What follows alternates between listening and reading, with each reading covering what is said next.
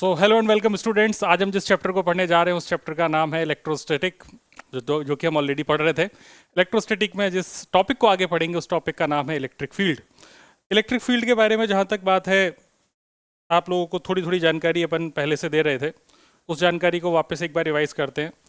जो electric field है किसी भी चार्ज के आसपास का वो रीजन है जहाँ पर हम इलेक्ट्रिक फील्ड को ऑब्जर्व कर सकते हैं। इसी बात को मैंने लास्ट क्लास में आप लोगों को थ्योरी में लिखा भी दिया था। जैसे कि आप लोग अगर देख रहे होगे अपने पुराने नोट्स, तो उसमें शायद यही थ्योरी लिखी है, the region surrounding a charge और charge distribution in which its electrical effects are observed is called the electric field of the given charge.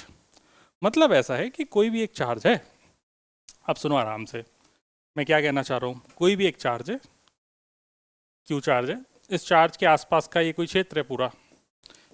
इस पूरे रीजन में अगर तुम कोई भी दूसरा चार्ज लेके जाओगे, अगर वो पॉजिटिव नेचर का हुआ तो उसे रिपल्शन फील होगा, और अगर नेगेटिव नेचर का हुआ तो उस पर अट्रैक्शन लगेगा।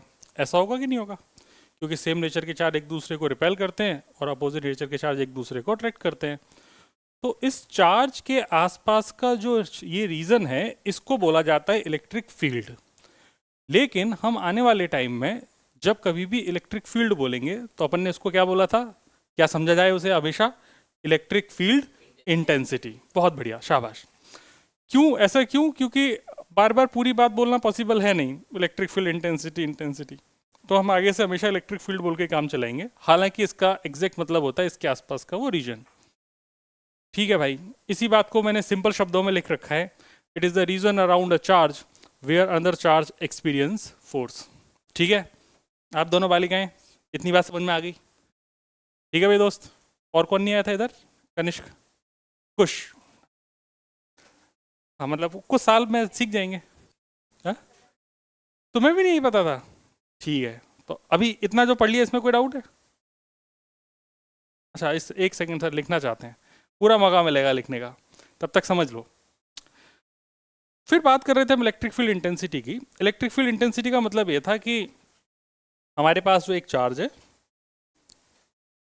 इस क्यू चार्ज से कुछ आर दूरी पर हमने यहाँ पे एक छोटा सा टेस्ट चार्ज रख दिया, टेस्ट चार्ज क्यू नॉट। अब टेस्ट चार्ज की भी डेफिनेशन है, ये भी प्यारी। It is fictitious. फिक्टिशियस मतलब काल्पनिक, जो है ही नहीं, मतलब हमने इमेजिनरी माना है। तो ये ऐसा कह रहा है कि it is fictitious charge that exerts no force on nearby charges.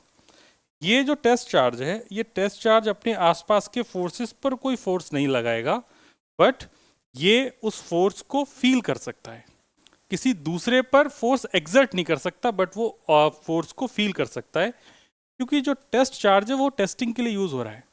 अगर वो बाकी के फोर्सेस चार्जेस पर अगर फोर्स लगाएगा तो पूरा सराउंडिंग खराब नहीं हो जाएगा, पूरा चार्ज डिस्ट्रीब्यूशन चेंज हो जाएगा।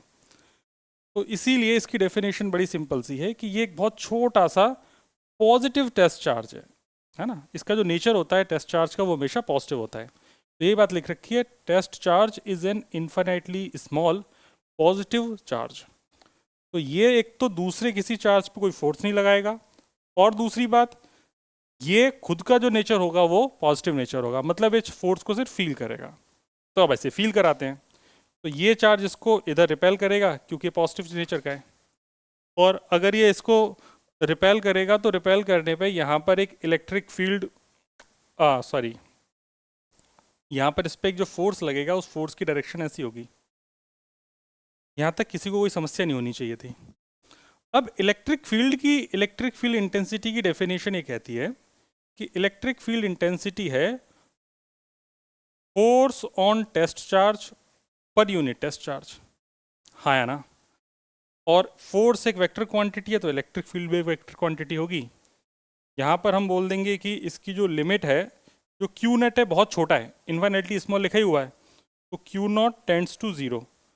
आप लोगों ने लिमिट पढ़ रखी है क्या? है ना? तो Q naught tends to zero मतलब क्यू नॉट बहुत छोटा है। ऐसा इस बात को, पूरी डेफिनेशन को अपन अगर मैथमेटिक्स में लिखना चाहें तो ऐसा लिख सकते हैं। तो इसके बाद हमने देखा था कि ये जो इलेक्ट्रिक फील्ड है, ये इलेक्ट्रिक फील्ड हो जाएगा, जो फोर्स है, फोर्स होता है के Q1 Q2 upon R square. तो ये Q1 हो गया, ये Q2 हो गया, इनके बीच की दूरी R है, R स्क्वायर। नीचे था Q0, तो Q0 से Q0 तो कट ही गया। और फोर्स का वेक्टर फॉर्म में लिखेंगे तो यहाँ इसको आर कैप लिख सकते हैं। तो यहाँ से जो इलेक्ट्रिक फील्ड निकल के आएगा इस पॉइंट चार्ज का, वो इलेक्ट्रिक फील्ड हो जाएगा KQ/R² इंटू आर कैप। अगर आपको पुरानी बातें याद हो तो पुरानी बातें पढ़ते वक्त हमने ऐसा बोला था कि जो आर वेक्टर होता है उसका अगर यूनिट वेक्टर बनाना हो तो यूनिट वेक्टर होता था आर कैप को लिखा जाता था आर वेक्टर अपॉन आर, है ना। तो सेम चीज़ हम यहाँ पर कर सकते हैं, तो हो जाएगा KQ/R vector divided by R cube. ठीक है जी। तो ये इलेक्ट्रिक फील्ड की जो एक पॉइंट चार्ज की वजह से कैलकुलेशन है वो हमने देख ली। इतनी बातें हम अपनी लास्ट क्लास में कर चुके थे। हाँ जी, तो भाई अब जो इलेक्ट्रिक फील्ड है, इलेक्ट्रिक फील्ड की अगर प्रॉपर्टीज़ की बात करी जाए तो इलेक्ट्रिक फील्ड की जो प्रॉपर्टीज़ हैं, इलेक्ट्रिक फोर्स एक वेक्टर क्वांटिटी था, तो इलेक्ट्रिक फील्ड भी एक वेक्टर क्वांटिटी ही है, तो it is a vector quantity, बताने की ज़रूरत नहीं है। और इसकी जो डायरेक्शन है, जैसा टेस्ट चार्ज ने फोर्स फील किया वैसी ही है। टेस्ट चार्ज का नेचर कैसा था? पॉजिटिव। तो जैसे मान लो एक पॉजिटिव चार्ज है, इसकी वजह से मैं यहाँ पर तुमसे इलेक्ट्रिक फील्ड पूछूं, तो टेस्ट चार्ज तो अपना पॉजिटिव नेचर का था। अगर यहाँ पर पॉजिटिव चार्ज रखा होता तो इस पर फोर्स अपोजिट डायरेक्शन इधर रिपेल करते हुए लगता कि नहीं लगता। तो इलेक्ट्रिक फील्ड की जो डायरेक्शन है वो पॉजिटिव चार्ज के लिए अवे है, सही बात है। और अगर मैं नेगेटिव चार्ज ले लूंगा, टेस्ट चार्ज तो अपना पॉजिटिव ही रहना है, इस पर जो डायरेक्शन होगी वो टुवर्ड्स होगी, सही बात है। तो यही बात कह रहा है कि it is a vector quantity, its direction is the same as the force experienced by the positive charge. ठीक है। दूसरी बात ये कि जो फोर्स होगा वो फोर्स पॉजिटिव चार्ज की जो फील्ड होगा वो पॉजिटिव चार्ज के लिए हमेशा अवे होगा और नेगेटिव चार्ज के लिए हमेशा टुवर्ड्स होगा। ये बात मैंने यहाँ पर आपको समझा दी। तीसरी बात ऐसी है कि इसकी यूनिट न्यूटन पर कूलाम है, ये बताने की जरूरत नहीं है, क्योंकि जो इलेक्ट्रिक फील्ड था force per unit test charge या फोर्स पर यूनिट चार्ज, तो वो सिंपल है। फिर डायमेंशन की बात कर लेंगे, तो देखो भाई डायमेंशन भी अपन ने देख रखी थी। वैसे तो डायमेंशन की अगर अपन बात करें तो डायमेंशन हो जाएगी इलेक्ट्रिक फील्ड की force per unit charge. Force की डायमेंशन होती है ML/T-2 और चार्ज की होती है एम्पियर इंटू टाइम। तो जो बनेगा, जो डायमेंशन बनेगी वो बनेगी ML/T-3A-1। यही लिखी है क्या? परफेक्टली यही लिखी है। ठीक है, डायमेंशन में तो कोई प्रॉब्लम नहीं। किसी को ये तो समस्या नहीं कि चार्ज की डायमेंशन 80 कैसे है, क्योंकि तुम्हारे पास जो करंट हुआ करता था वो था चार्ज पर यूनिट टाइम, और चार्ज हो जाएगा यहाँ से करंट इनटू टाइम, करंट की डायमेंशन A और टाइम की डायमेंशन T, तो चार्ज की डायमेंशन निकल के आ जाती थी। ओके। फिर उसके बाद लिखा हुआ है कि जो फोर्स होगा positive charge, force on a point charge is in the same direction as that of electric field on positive charge and opposite direction on negative charge. ये क्या कह रहा है, इसको जरा सोच के देखो। ये कह रहा है कि जैसे किसी रीजन में इलेक्ट्रिक फील्ड इधर है, इलेक्ट्रिक फील्ड दिख गया तुम्हें। अब इस इलेक्ट्रिक फील्ड में मैंने एक पॉजिटिव चार्ज रखा, तो किसी भी चार्ज पर जो फोर्स होगा वो Q चार्ज को ई इलेक्ट्रिक फील्ड में रखने पे उस पर फोर्स Q ही होगा, क्योंकि मैंने थोड़ी देर पहले E को डिफाइन क्या किया था, F/Q। तो F क्या हो जाएगा? Q इंटू ई। तो जो फोर्स है वो Q ही है। तो अगर मैंने पॉजिटिव चार्ज को इलेक्ट्रिक फील्ड की डायरेक्शन में, इलेक्ट्रिक फील्ड में रख दिया, तो यहाँ पर जो डायरेक्शन होगी, जो इलेक्ट्रिक फील्ड की डायरेक्शन होगी वही फोर्स की डायरेक्शन है। तो इस Q चार्ज पर जो फोर्स लगेगा ई इलेक्ट्रिक फील्ड में वो इसी डायरेक्शन में लगेगा। लेकिन अगर मैं यहाँ पर इसको नेगेटिव कर दूं, नेगेटिव चार्ज होने पर ये Q की जगह -Q लिखूंगा कि नहीं लिखूंगा? अगर -Q लिखूंगा तो जो फोर्स लगेगा इस नेगेटिव चार्ज पर वो अपोजिट डायरेक्शन में जाएगा। यही बात को लिख रखा है अपन ने इस 5th नंबर के पॉइंट पे, है ना? क्यों भाई गोलू मोलू, सही बात? ठीक। फिर ये जैसे फोर्स प्रिंसिपल ऑफ सुपरपोजिशन को फॉलो कर रहा था, तो ये भी प्रिंसिपल ऑफ सुपरपोजिशन को फॉलो करेगा, बताने की जरूरत है नहीं। और ये सारी बातें अपन ने जो भी लिख रखी हैं जो लास्ट में, वो प्रिंसिपल ऑफ सुपरपोजिशन के बारे में ही लिख रखी हैं। ये ऐसा लिखा हुआ है कि it obeys the superposition principle, that means the intensity due to charge distribution is the vector sum of electric field intensity due to individual charges at any point. यही तो प्रिंसिपल ऑफ सुपरपोजिशन की definition थी। ये सब बातें भी अपन last class में देख चुके थे, हाँ या ना? ठीक है जी। तो इसे कोई लिखना चाहता है क्या? लिखना चाहते हैं या आप पड़ोसी अड़ोसी से लास्ट क्लास में लिख लेंगे? ठीक है, तो अपन आगे बढ़ते हैं। अब देखो भाई, आगे प्रिंसिपल ऑफ सुपरपोजिशन पर जो बेस्ड अपन क्वेश्चंस की बात कर रहे थे, उन क्वेश्चंस को देखते जाएं, या क्वेश्चंस को बोलने पहले थ्योरी को ही देख लेते हैं। जैसे अपने पास कोई एक चार्ज है, ये या फिर एक पॉइंट है। इस पॉइंट पर मेरे पास एक चार्ज Q1 है जो यहाँ से R1 दूरी पर है, एक चार्ज Q2 है जो यहाँ से R2 दूरी पर है, एक चार्ज Q3 है जो यहाँ से R3 दूरी पर है, और एक चार्ज Q4 है जो यहाँ से R4 दूरी पर है। चोंच बंद रखनी है, चोंच बंद करके पढ़ो। तो Q1 वेक्टर की वजह से यहाँ पर इस पॉइंट पर अगर मैं इलेक्ट्रिक फील्ड देखूँ तो इधर होगा E1 वेक्टर। इस 2 की वजह से देखूँ तो 2 की वजह से जो इसकी डायरेक्शन है वो थोड़ा पॉइंट सही कर लेते हैं इसे।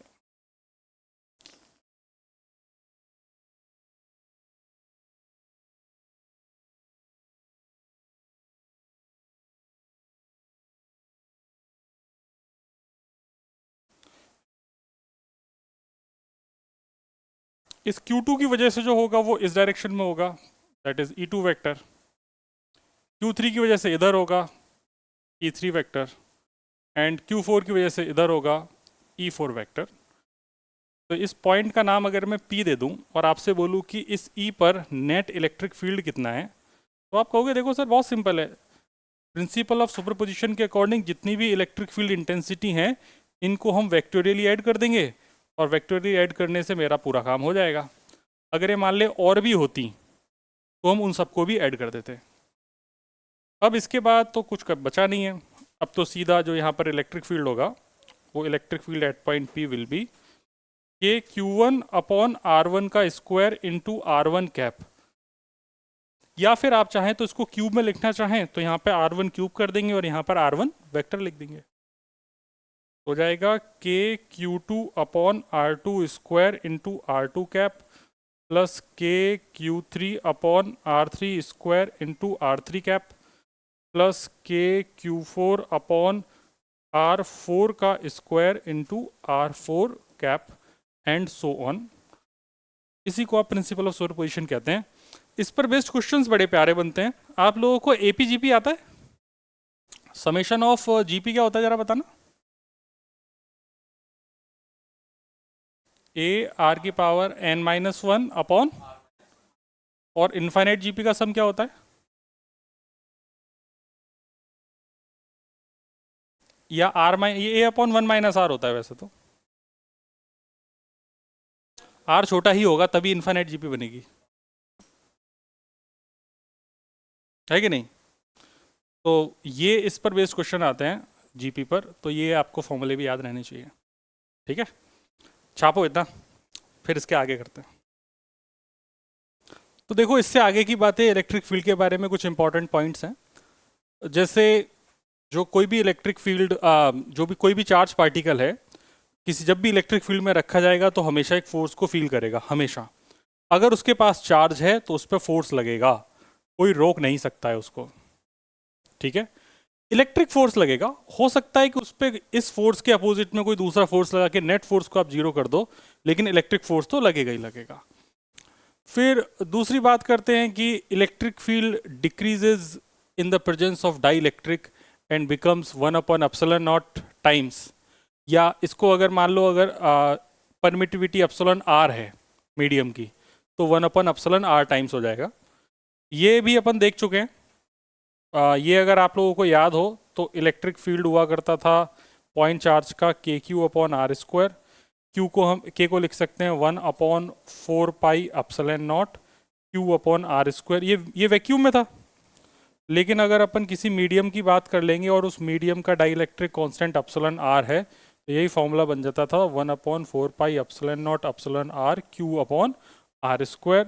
सो it is one by epsilon R times one by epsilon R times of F या ई, सॉरी, और ई किस में था, वैक्यूम में. तो ये वैक्यूम का हो गया. इसी बात को उसने लिख रखा है. ये बात सेम चीज हमने पढ़ी थी कहां पर, अबे फोर्स में पढ़ी थी ना यार. सेम चीज पढ़ी थी ना फोर्स में, कि अगर दो चार्जेस के बीच में अगर मीडियम चेंज कर दिया जाए तो जो फोर्स है वो उनके बीच का वो के 1/एप्सिलॉन आर टाइम्स हो जाएगा उनकी उस वैल्यू के जब वो वैक्यूम में रखे हुए थे. और तीसरी बात लिखी हुई है कि अगर आइडेंटिकल चार्जेस किसी रेगुलर पॉलीगन क्या होता है बेटा जरा बताना. रेगुलर पॉलीगन बोलना जरा क्या क्या होते हैं. अच्छा, एक स्क्वायर हो गया, ठीक है, और ट्रायंगल. अच्छा, ट्रायंगल कौन सा, इक्विलेटरल ट्रायंगल हो गया भाई. तो ये हो गया इक्विलेटरल ट्रायंगल. और क्या हो गया, रेक्टेंगल एक रेगुलर पॉलीगन है क्या. इसीलिए तो जब साइड इक्वल हो जाएंगी तो उसे स्क्वायर बोलते हैं ना यार. और रोम्बस तो तब है जब एंगल 90 के अलावा कुछ भी हो तो भी उसे रोम्बस बोलोगे, लेकिन हम रोम्बस की बात नहीं कर रहे, हम सिर्फ स्क्वायर की बात करेंगे. तो एक इक्विलेटरल ट्रायंगल हो गया, एक स्क्वायर हो गया, दूसरा आपका रेगुलर पेंटागन हो गया. हाँ, फिर सारे रेगुलर हेक्सागन हो गया. हेक्सागन का मतलब बेंजीन विदाउट विदाउट गोला, बेंजीन विदाउट गोला. हाँ, विदाउट गोला एंड डबल बॉन्ड. तो गोला गायब कर दोगे तो गोला ही को तो डबल बॉन्ड बनाते हो, है ना. वो लोकलाइज्ड नहीं रहती है, सब घूमती रहती हैं सारे बॉन्ड. तो किसी भी एक इंस्टेंट का फोटोपन बनाते हैं तब डबल बॉन्ड लगाते हैं. तो अगर वो घूमते रहेंगे तो अपन इसकी वजह से उसमें गोला बना देते हैं. पता कि नहीं पता तुम्हें. हाँ, इतना तो मुझे याद है, जब मैं पढ़ता था तब मुझे सर ने बताया था मुझे, पुरानी बातें है जी. हाँ, मतलब बेंजीन में तो ऐसा बनाते थे ना. हैं. हाँ, अच्छा, इतना पता है तुमको.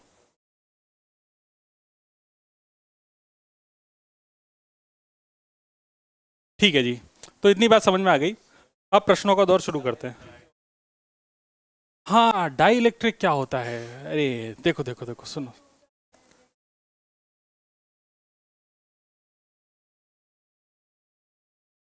वो डाईपोल होता है, इक्वल एंड अपोजिट वाला, उनके बीच की दूरी कम होनी चाहिए.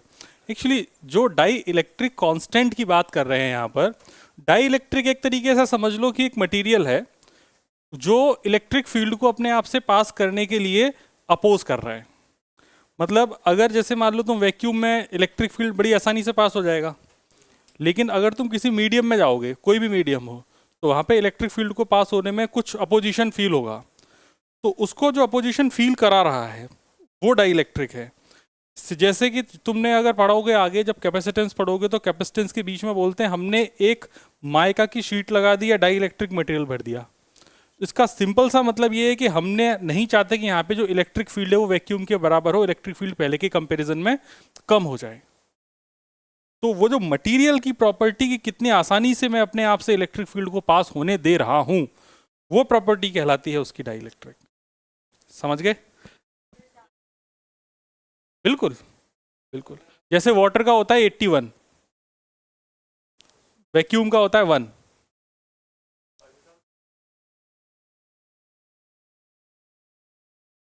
क्या क्या कह रहे हैं. हम कैसे करेंगे जनरेट. अरे, तुम जो बात कहना चाह रहे हो ना, तुम जो बात कह रहे हो ना, वो नेट इलेक्ट्रिक फील्ड के लिए पूछना चाह रहे हो, उसमें डाइलेक्ट्रिक का रोल नहीं है. मतलब तुम ये पूछना चाह रहे हो कि एक चार्ज अगर यहाँ पर है, दूसरा चार्ज यहाँ पर है, अगर इसकी वजह से यहाँ पे इलेक्ट्रिक फील्ड ऐसा है, तो ये इसका जो इलेक्ट्रिक फील्ड होगा वो इसको अपोजिट डायरेक्शन में होगा, तो नेट के साथ क्या होगा, ये पूछना चाह रहे हो तुम. इसमें मीडियम का तो लेना देना है ही नहीं ना कुछ, है कि नहीं. ठीक है जी, आगे बढ़े. आप लोग छाप रहे हैं क्या. छाप लीजिए छाप लीजिए. हाँ भाई, तो आगे बढ़ते हैं और आगे प्रश्नों का दौर शुरू करते हैं। अब सारे प्रश्न आपको करने हैं, क्योंकि इन प्रश्नों को करने के लिए एक ही फॉर्मूला चाहिए। जो भी चाहिए वो भी मैं बता देता हूँ आपको। आपको ये चाहिए electric field due to charge, formula था K Q upon R square, and vector का फॉर्मूला जो चाहिए वो ये चाहिए, under root A square plus B square plus 2ab cos theta. इतना चाहिए, ठीक है। चलो, तो पहला क्वेश्चन इजी है ना, पहला क्वेश्चन इजी।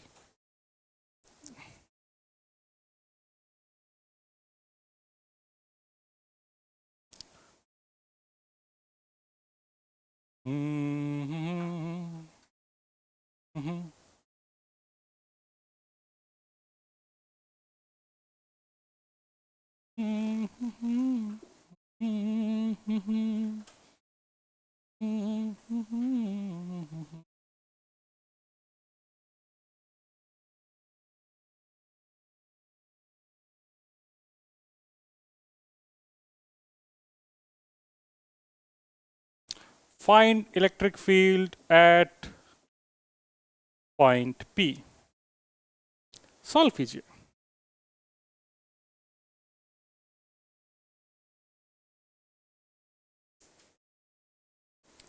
देखो भाई, बात है इसमें ऐसी कि तुम लोग लगा दिए इसमें ज़्यादा दिमाग। जब दिमाग नहीं लगाना वहां पे दिमाग लगा रहे हो, और जहां लगाना होता है वहां पे नहीं लगाते। देखो यार, तुम्हें इस पी पॉइंट पे इलेक्ट्रिक फील्ड तो चाहिए। ये चार्ज पॉजिटिव है नेगेटिव है, तो इसकी वजह से जो इलेक्ट्रिक फील्ड इस पी पॉइंट पे होगा वो इधर होगा कि नहीं होगा। इसका नाम अगर मैं ए रख दूं और इसका नाम बी रख दूं, तो ये इलेक्ट्रिक फील्ड ड्यू टू ए की डायरेक्शन ये होगी कि नहीं होगी। ये बी भी पॉजिटिव है कि नेगेटिव है, तो इसकी वजह से इलेक्ट्रिक फील्ड होगा वो इधर होगा। तो इसकी डायरेक्शन कितनी हो जाएगी, इसका वैल्यू कितने हो जाएगा। समझ गए बात को। अब अगर मैं तुमसे बोलूँ कि नहीं यार इलेक्ट्रिक फील्ड जो नेट लिखना है वो लिखो, तो आप कहोगे देखो सर बहुत आसान है। इलेक्ट्रिक फील्ड में अगर वेक्टर के साथ लिखना चाहूँ तो मैं लिखूंगा, इधर देख लो नलायक, इधर देख इधर देख, कॉपी में मत देख, E A I cap plus E B minus I cap. ये जो लिखा है इसमें कोई समस्या है तुमको। राइट साइड प्लस आई और लेफ्ट साइड माइनस आई। ए तेरे चमका, सेकंड बेंच, क्या नाम है तेरा, ऋषभ। हाँ, कंफ्यूजन में नहीं रहना है बेटा। तो कितना हो जाएगा, ई ए minus E B into i cap. कितना चमक गया। अब वैल्यू तो डालनी है यार, ई ए की वैल्यू कितनी है, ई ए हो जाएगा मेरे पास के, यहाँ से ये पॉइंट चार्ज है इसकी वैल्यू कितनी है क्यू, तो k Q by a square, that's it. B की वैल्यू कितनी है 2q, तो k into 2q by a square into i cap. खत्म हो गया क्वेश्चन। 2 में से बन जाएगा तो माइनस का बच गया, तो माइनस के Q by a square I cap. बस इतना सा क्वेश्चन था।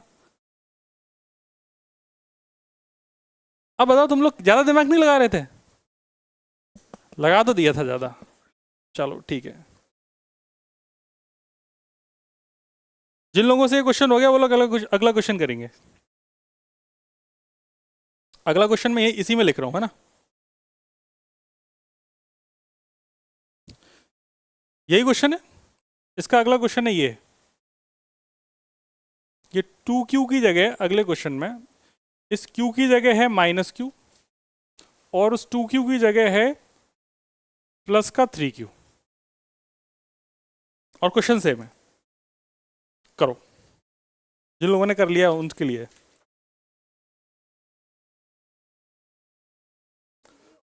हाँ भाई आओ मैच कर लेते हैं। ये जो दूसरा क्वेश्चन दिया था, दूसरे क्वेश्चन में ऐसा बोला था आपसे कि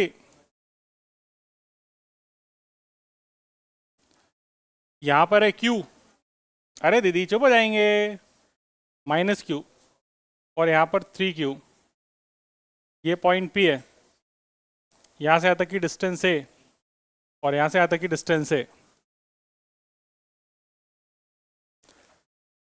देखो भाई चौथ चलाना बंद कर दो, वरना कुछ दिन में मैं अंकल आंटी बोलना शुरू कर दूंगा, फिर तुमको बड़ा लगेगा।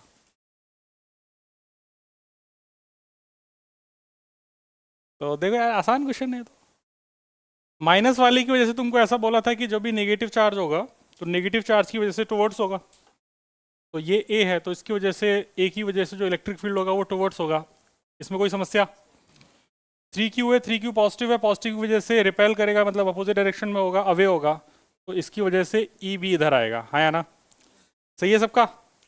तो अब अगर अपन से बोले electric field at point P, तो अपने बच्चे बोल देंगे देखो सर ये है ई ए प्लस ई बी और इसकी डायरेक्शन है माइनस आई कैप। हाँ या ना? ठीक। तो ए की वजह से हो जाएगा के क्यू। अच्छा अब यार देखो गलतियां तुम कहाँ करोगे, अब सुन लो। डायरेक्शन तुमने अज्यूम कर ली ना, अगर डायरेक्शन तुमने अज्यूम कर ली, निशान विशान लगा दिए, तो फिर यहाँ पे क्यू को फिर क्यू ही लिखना है, फिर माइनस वाइनस मत लगाना। समझ गए बात? तो डायरेक्शन अगर हमने डिसाइड करी है, अगर डायरेक्शन हमने लिख ली है, तो वहां पर फिर वो के की जैसे क्यू को विद साइन रखने की कोई ज़रूरत नहीं है। तो यहाँ पर हो जाएगा के क्यू अपॉन ए स्क्वायर प्लस के इंटू 3Q अपॉन ए स्क्वायर और डायरेक्शन है माइनस आई कैप, तो हो जाएगा 4KQ upon A square into i cap but in minus. हाँ भाई, कितने लोगों का गलत है, कितने लोगों का सही है? हाथ रहो अच्छे से, ज़्यादा दिखना चाहिए भाई, मुझे दिखता कम है। माइनस नहीं लगाया, ठीक है चलो, वापस से मौका मिलेगा अभी सही करने। बाकी लोगों ने गलती क्या करी है ये बताओ, क्या गलती करी? श्रेया माइनस आई कैप नहीं लिया, माइनस माइनस ले लिया, ये गलती दस ने भी करी है।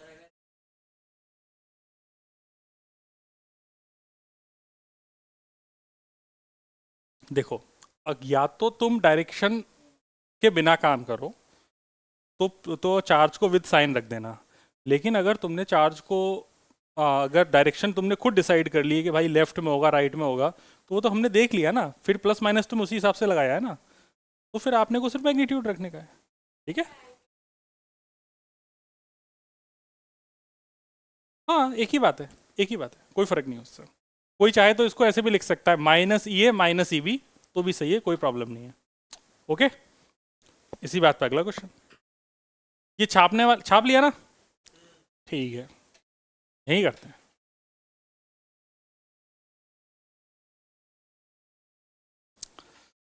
तो आप लोग थोड़ा थोड़ा सीख गए हो ऐसा मुझे लग रहा है, जरा देखें और कितना सीखे हो।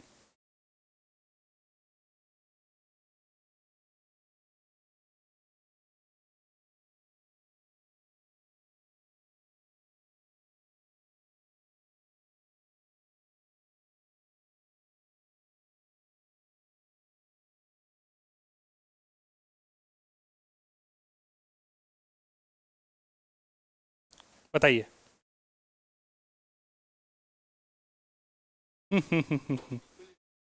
हाँ, कैसे है ये पूछ रहा हूं, ऐसा कोई नियम थोड़ी है, मैं तो तुमसे प्रूफ करवा रहा हूँ जीरो है, बताओ। मैं तो कह रहा हूँ चलो जीरो है, आंसर जीरो है, बताओ कैसे करो प्रूफ। समझ गए? मुझे जानना ही नहीं है, मुझे पता ही नहीं है, मुझे आता ही नहीं है, मुझे सिर्फ आंसर चाहिए पहले।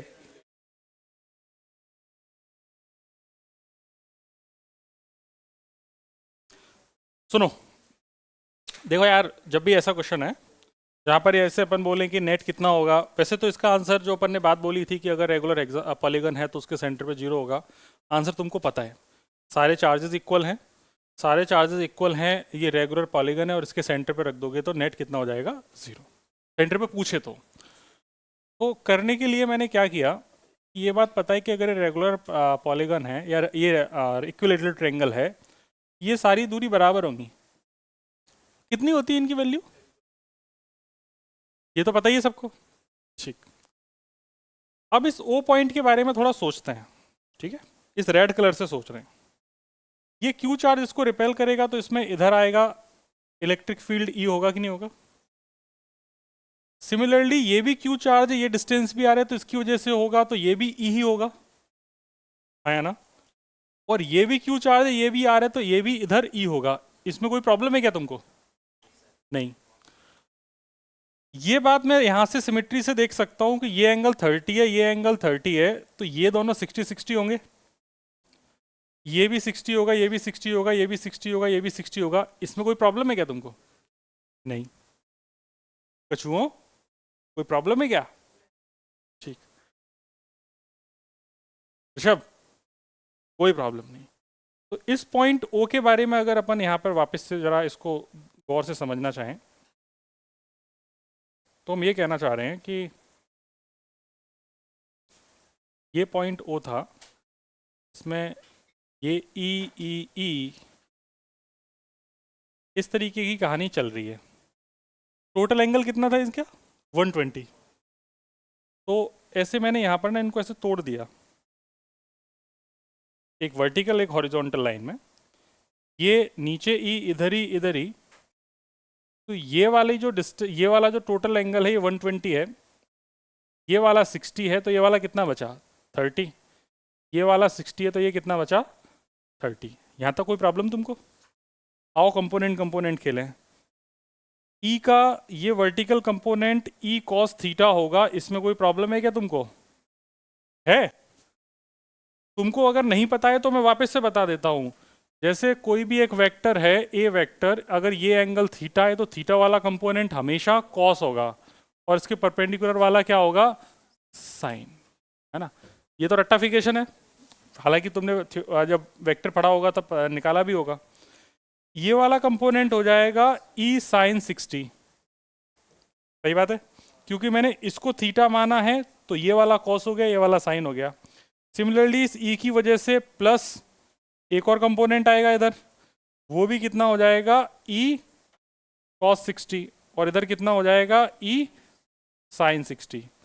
मुझे पता है कि भैया ये दोनों इक्वल एंड अपोजिट है, तो ये तो खत्म ही है। इन दोनों का जो समेशन है वो देखूंगा, तो ई कॉस 60 कितना होता है? तो ये 1/2 तो ये भी कितना हो गया? ई। मतलब ये ऊपर वाला भी ई है इस पॉइंट पर, ये भी ई है, और नीचे भी ई है, तो नेट कितना हो गया? 0। इसीलिए इसका आंसर 0 है। हो गया प्रूफ? अब इसी बात को अगर मान लो प्रूफ करने को आ जाए, तो पेपर में इसको रायते की तरह कैसे फैलाना है ये मुझे बताने की जरूरत नहीं है, ये तो आप समझ ही गए। क्या अज्यूम करना है, क्या करना है, कितने फिगर बनाने हैं, यही फिगर वापस से ओ रिपीट करके डिस्काउंट इक्वल एंड अपोजिट चटका देंगे। ठीक, छापना चाहते हैं क्या आप लोग? ट्विटर की देख देख सुन। चलो भैया अगला क्वेश्चन देखते हैं। सुनो, देखो दोस्त, बात ऐसी है कि अगला क्वेश्चन ऐसा है, एक ट्रायंगल है मेरे पास।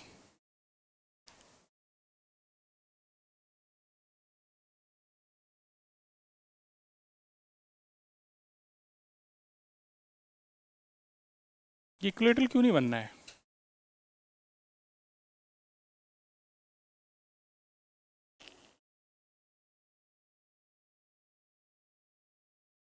बनेगा, माना कि इक्विलेटरल ट्रायंगल है।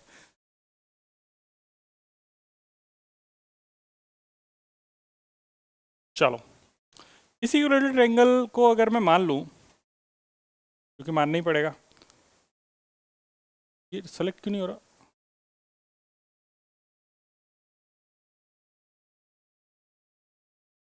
तुम यार एक की बजाय 6 ट्रायंगल बनवा रहे हो।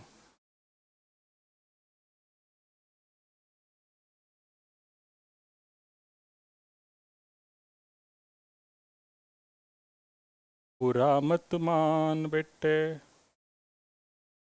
अरे तो ठीक है, अपन को थोड़ी उसका शादी करानी है कि लड़का काला कि टेढ़ा है सीधा है। सुन मेरी बात, यहाँ पर ऐसा है कि एक चार्ज यहाँ रखा है, दूसरा चार्ज यहाँ रखा है, इसका जो तीसरी वर्टेक्स है एल लेंथ है, तीसरी वर्टेक्स पे कोई चार्ज नहीं रखा। ये ए चार्ज है, ये बी है, ये सी है। क्वेश्चन लिखो, find electric field at point c. Find electric field at point c. Find electric field at point c. Solve करो। जो लोग ये कर लेंगे वो अगला क्वेश्चन ये करेंगे।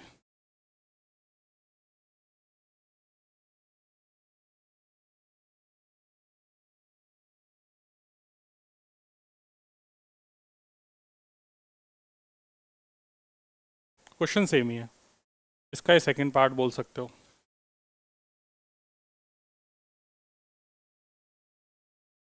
जो लोग ये कर लेंगे वो अगला क्वेश्चन ये करेंगे। अच्छा, क्वेश्चन तो कर लोगे ना, घबरा तो नहीं रहे? अच्छा, अब वो अगले पेज पे ही करेंगे, चलो छोड़ो, रो जाओगे अभी।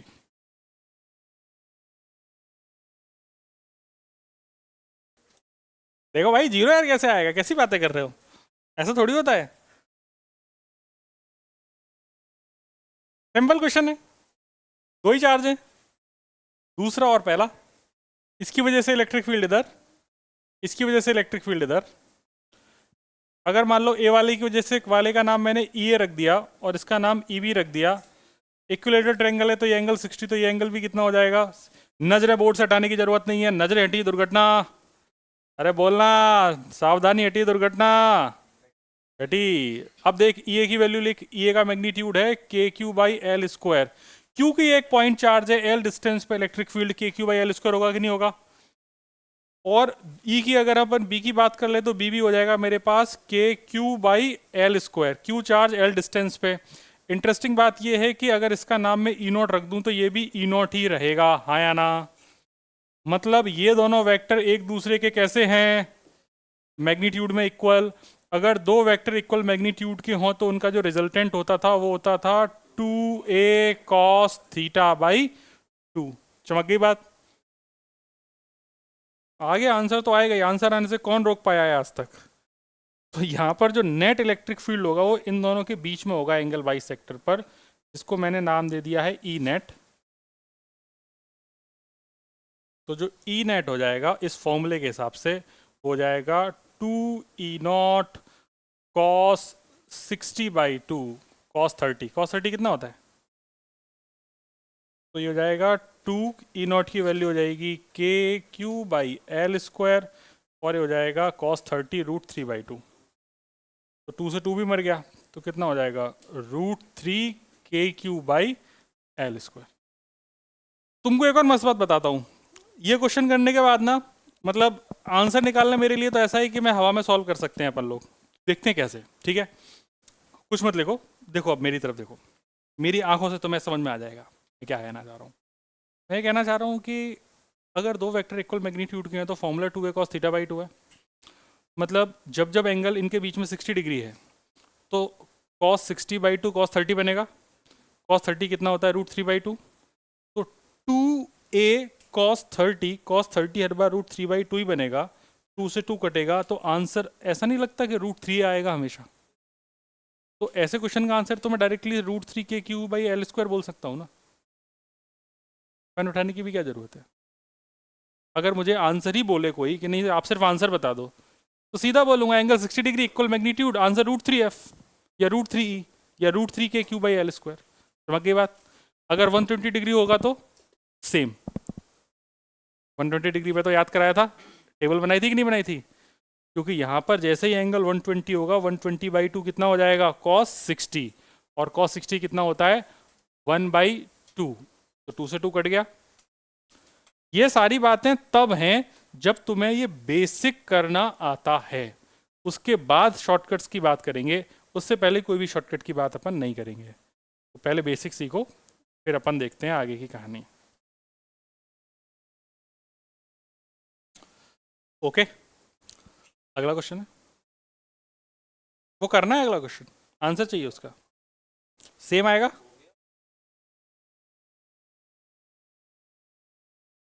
सुनिए, दूसरे वाले क्वेश्चन का आंसर आप लोगों ने निकाल लिया है ना? सेम रेड कलर से सॉल्व कर रहा हूं। इस वाले की वजह से इधर होगा क्योंकि नेगेटिव है तो अट्रैक्टिव, ये भी ई नॉट होगा, इस वाले की वजह से इधर होगा, ये भी ई नॉट होगा। ई नॉट क्यों होगा? क्योंकि charge same distance same, charge same distance same, तो सेम मैग्नीट्यूड, एकदम प्रीवियस क्वेश्चन है, बस साइन बदला है। ये एंगल 60 डिग्री है तो ये एंगल हो जाएगा आपके पास 120 डिग्री।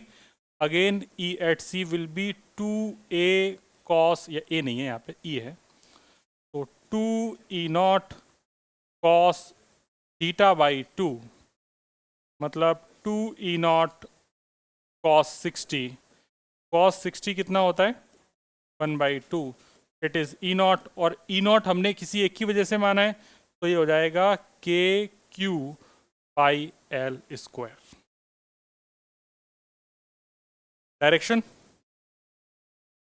इन दोनों के मिड में।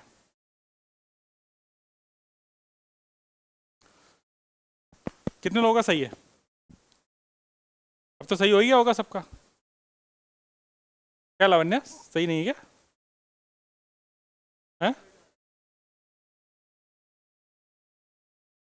तुम्हें सब कुछ जानना है, अभी 4 दिन हुए नहीं आते हुए, जिसमें से 2 दिन गैप मारा है, हमसे बातें कर रहा है, गधा नहीं तो। हो गया क्या? चलो भाई, देखो ये अच्छा लगेगा, ये वाला करते हैं। तो मेरे प्रिय भाई और भाइयों, बहनें भी हैं, भाई और बहनों,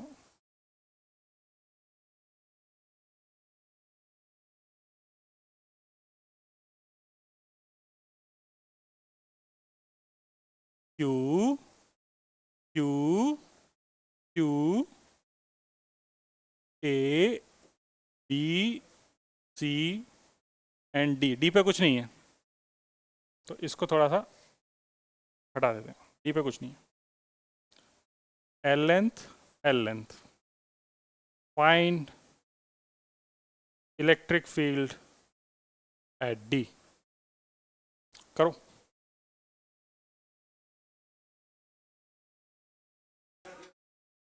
हाँ जी, आगे देखते हैं। इस वाले क्वेश्चन में ऐसा था कि इसने हमसे पूछा है कि जो पॉइंट डी है, इस पॉइंट डी पे आप हमें नेट इलेक्ट्रिक फील्ड बता दीजिए। क्वेश्चन है तो वेक्टर का, चौंच बंद करेंगे अब। ये वाले फोर्स, ये वाले चार्ज की वजह से यहाँ पे जो इलेक्ट्रिक फील्ड होगा उसकी डायरेक्शन ये होगी, इसका नाम मैंने ईसी रख दिया। ई की वजह से इधर होगा, इसका नाम मैंने ईबी रख दिया। And electric field due to point A will be E ए।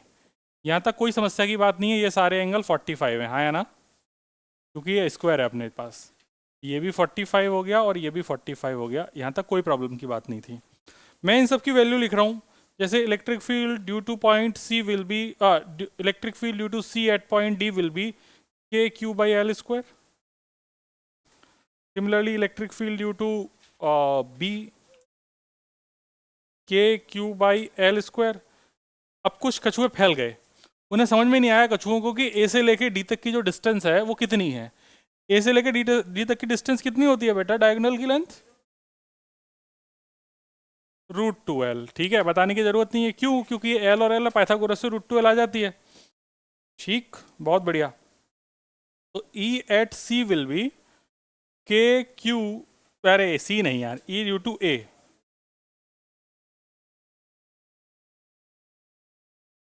के क्यू बाई √2l का स्क्वायर।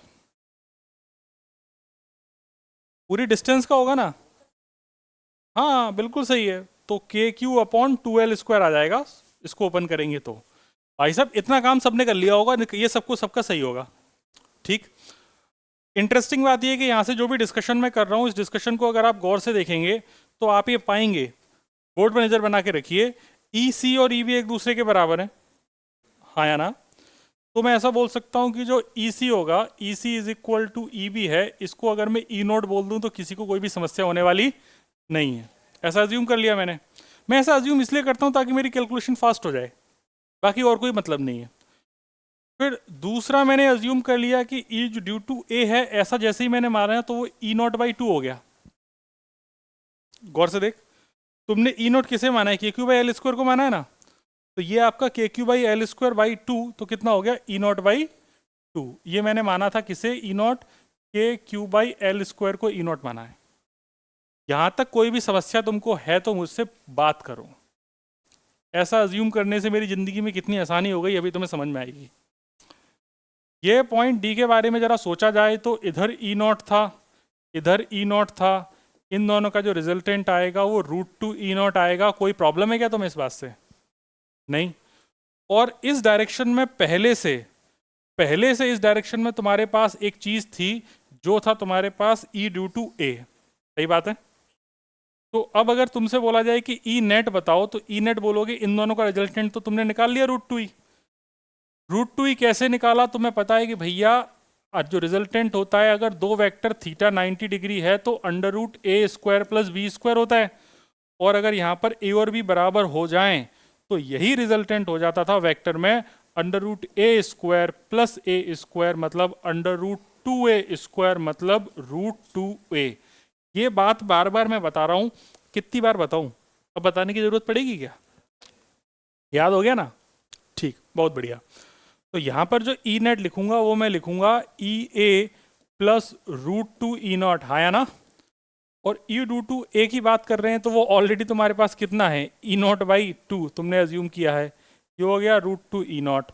एलसीएम लेके चटका लो तो 1 plus two root two by two, LCM कितना 2, बस इधर उधर निकाल के इधर ई नॉट, बाद में ई नॉट की वैल्यू चिपका दो, तो 1 plus two root two by two into e naught की value k Q by L square, ये आंसर आ जाएगा।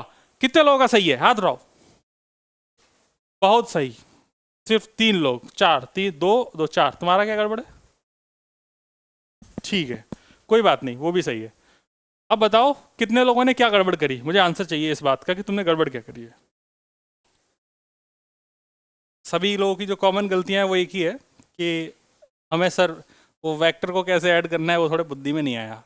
इसी बात को ध्यान में रखते हुए अगला क्वेश्चन बिना वेक्टर के करो। क्वेश्चन समझा देते हैं क्या है क्वेश्चन। क्वेश्चन ऐसा है कि एक नंबर लाइन है, नंबर लाइन में ये ओरिजिन से अपन लेफ्ट में जा रहे हैं, तो ओरिजिन से लेफ्ट में अपन कहाँ चले गए? इन्फिनिटी तक।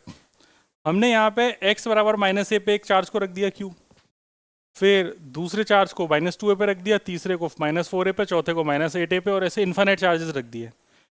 इन्फाइनाइट चार्जेस रखने के बाद हमसे पूछा गया है कि आप जो एट पॉइंट ओ है यहाँ पर एक इलेक्ट्रिक फील्ड कितना होगा ये बता दीजिए। कीजिए सॉल्व, क्वेश्चन आपके सामने। चलो भाई सॉल्व करते हैं।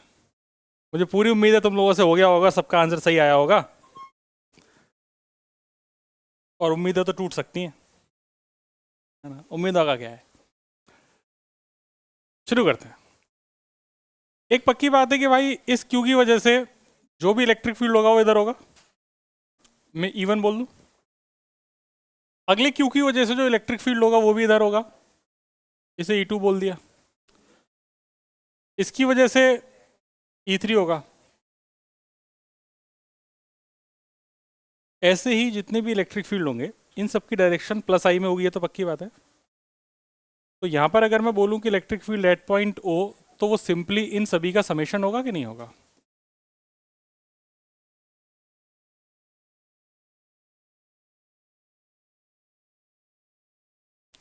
मेरी इस बात से आप लोग इत्तेफाक रखते हैं? इत्तेफाक रखना मतलब एग्री करते हैं, ठीक है। तो उस पहले चार्ज की वजह से मैं देखूंगा तो के क्यू, यहां से यहां तक की डिस्टेंस कितनी है? ए बाई ए स्क्वायर। फिर दूसरा वाला देखूंगा तो के क्यू बाई यहां से लेके यहां तक की डिस्टेंस 2 है। बोल लो ना, कितनी? 2 है। यहां से लेके यहां तक तो के क्यू बाई 4 ए का स्क्वायर, यहां से लेके यहां तक तो के क्यू बाई 8 ए का square, and so on infinite तक। अब यहाँ पर अगर इस पूरे जीपी में से मैं के क्यू बाई ए स्क्वायर को बाहर निकाल लूँ तो अंदर क्या बचेगा? ये 1 बचेगा। ये 1/2 का स्क्वायर होता है 1/4, हाँ या ना?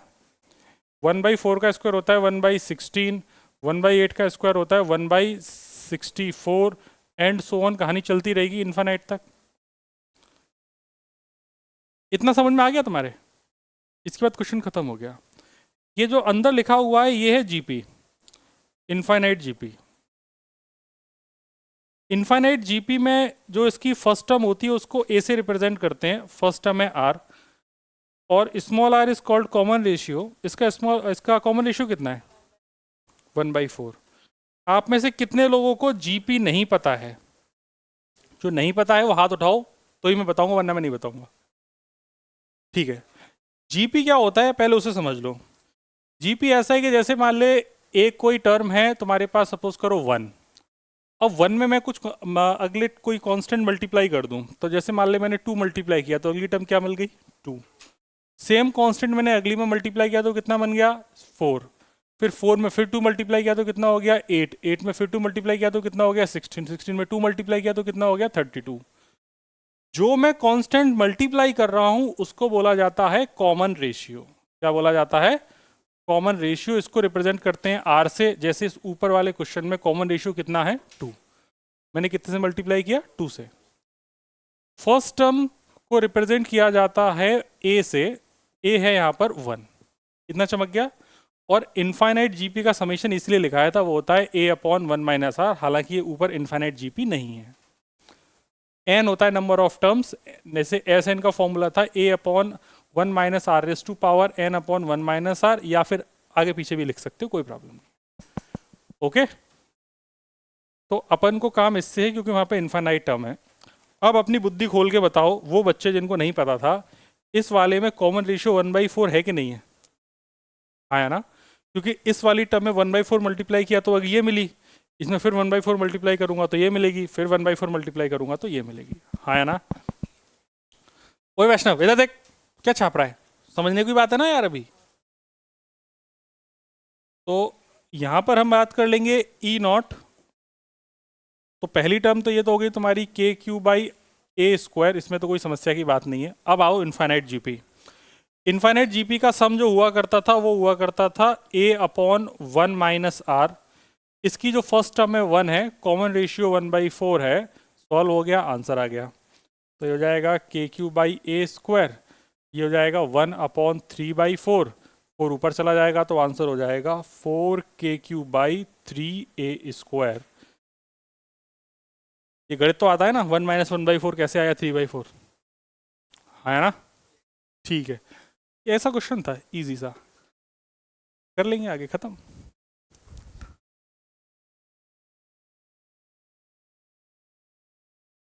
देखो भाई अगला क्वेश्चन, उम्मीद करते हैं अगला क्वेश्चन आप लोग कर लेंगे। अगला क्वेश्चन ऐसा है कि इलेक्ट्रिक फील्ड है,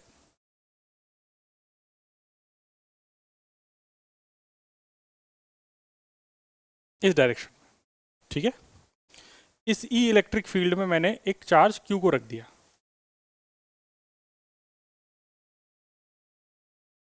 एक चार्ज को रख दिया माइनस क्यू को। तो पहले का तो यही बताना है कि इनका मास अगर m है, दोनों ही चार्जेस का, तो इनकी डायरेक्शन क्या होगी। In which direction charge a and b, in which direction charge a and b will move. अरे लिखो तो सही बच्चों यार, तुम है ना, इजी क्वेश्चन है ना, इसी वजह से तो। In which direction a and b will move, in which direction a and b will move.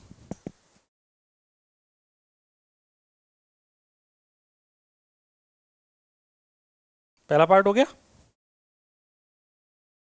आसान है ना, ठीक। दूसरा पार्ट, दूसरा पार्ट ये है कि लिखो दूसरा part. If charge A starts from rest, if charge A starts from rest in absence of charge B, in absence of charge B,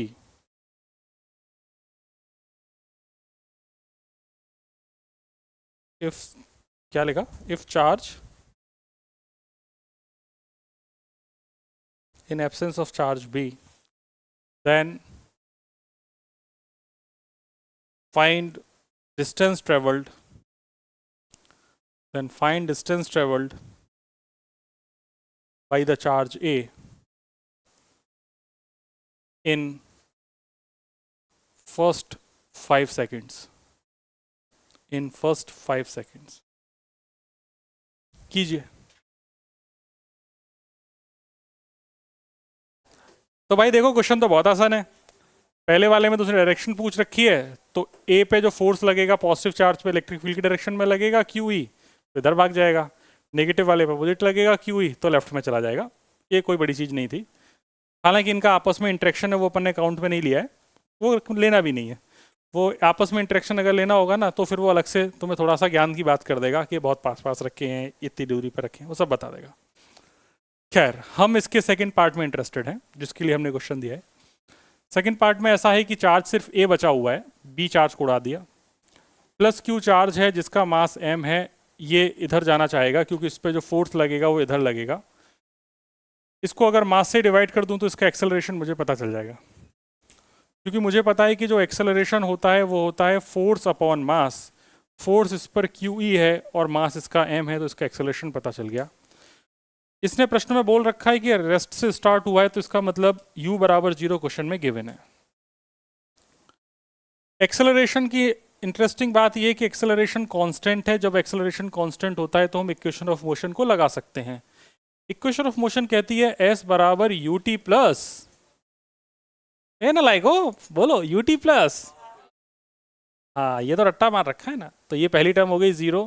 half acceleration के नाम पर तुम्हारे पास क्यू ई बाई एम नाम का धोखा है। कितने सेकंड में पूछा है? 5 सेकंड में। तो 5 का स्क्वायर तो हो जाएगा 25/2 क्यू ई बाई एम, इतनी डिस्टेंस से ट्रेवल कर जाएगा। सही है।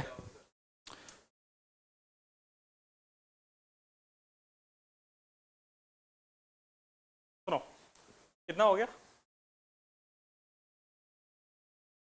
अगला क्वेश्चन ये तो लिख लिया। अगला क्वेश्चन कर। अगला क्वेश्चन ऐसा है दोस्त कि कोई रोएगा नहीं, कोई रोएगा नहीं। अगला क्वेश्चन ऐसा है कि, अच्छा मैं बोल रहा हूँ, लिखो।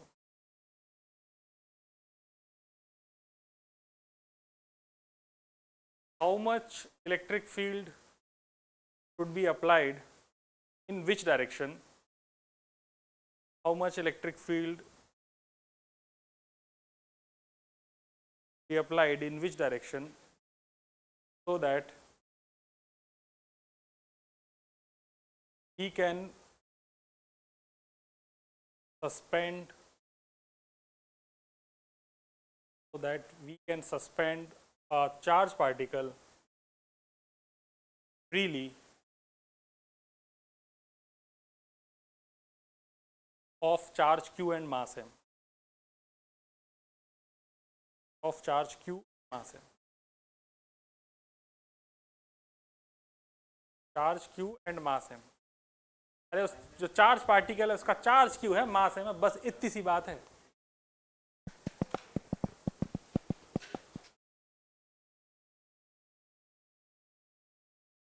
शुरू करें? देखो भाई, इसमें ऐसा है कि तुम्हारे पास एक पॉजिटिव चार्ज है जिसका चार्ज क्यू मास एम है, और इससे बोला है कि अपन को इसको हवा में फ्रीली सस्पेंड करना है। अब इसको फ्रीली सस्पेंड करने का मतलब ये है कि इस पर एक तो धरती माता कह रही होंगी आजा मेरे पास, हमें इस धरती माता के अपोजिट फोर्स चाहिए। तो इस mg के अपोजिट फोर्स लगाने के लिए इसका नेचर कैसा है, पॉजिटिव है या नेगेटिव है? पॉजिटिव है। अगर पॉजिटिव है तो इस पे जो फोर्स होना चाहिए वो इसको अपोजिट होना चाहिए। फोर्स अगर अपोजिट है तो इसका मतलब इलेक्ट्रिक फील्ड भी फोर्स की डायरेक्शन में ही होगा, तभी तो ऐसा पॉसिबल है। तो ये फोर्स जो लगेगा इस पे लगेगा कितना, क्यू ई, का मतलब q e should be equal to m g, और ये हो जाएगा इलेक्ट्रिक बराबर एम बाई, और डायरेक्शन क्या हो जाएगी, अपवर्ड। अब इसी का अगर मैं सेकंड पार्ट बोलूं, if charge is minus q and mass is m, board पे नजर बना के रखेंगे। जैसे अगर मान लो इस पे चार्ज माइनस क्यू है और मास इसका एम है, तो देख धरती माता तो नीचे खींचेगी ना, धरती माता थोड़ी ऊपर भेज देगी इसे, सही बात है। और इसमें इलेक्ट्रिक जो फोर्स है, फोर्स भी ऊपर लगना चाहिए, क्योंकि अल्टीमेटली बैलेंस किसे करना है, mg को। तो यहाँ पर जो डायरेक्शन है वो देखो, फोर्स तो तेरे पास क्यू ही होना चाहिए क्योंकि फोर्स तो क्यू ही लगेगा। तो that force Q e should counter balance mg। यहाँ से जो इलेक्ट्रिक फील्ड है वो कितना आ गया मेरे पास, mg बाई क्यू। अब इसमें दिमाग लगाना है डायरेक्शन में। चार्ज कैसा है तेरे पास? नेगेटिव। अगर इलेक्ट्रिक फील्ड ऊपर होता तो फोर्स किधर आता? नीचे। चार्ज नेगेटिव पर अगर फोर्स ऊपर है तो इलेक्ट्रिक फील्ड किधर होगा? एक नेगेटिव चार्ज है, नेगेटिव चार्ज में फोर्स ऊपर तो इलेक्ट्रिक फील्ड नीचे। तो इलेक्ट्रिक फील्ड जब इधर होगा तब नेगेटिव चार्ज पर जो फोर्स लगेगा वो इलेक्ट्रिक फील्ड के अपोजिट डायरेक्शन में लगेगा, ऊपर की तरफ। हाँ या ना? समझ गए बात को? ठीक है भाई। तो यहाँ पे जो डायरेक्शन होगी वो किधर हो जाएगी? डाउनवर्ड।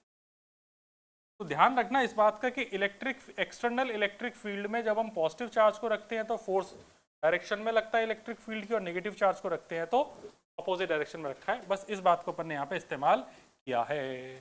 ठीक है, आज के लिए इतना ही। हम फिर मिलेंगे, तब तक के लिए शुभ रात्रि, शब बखैर।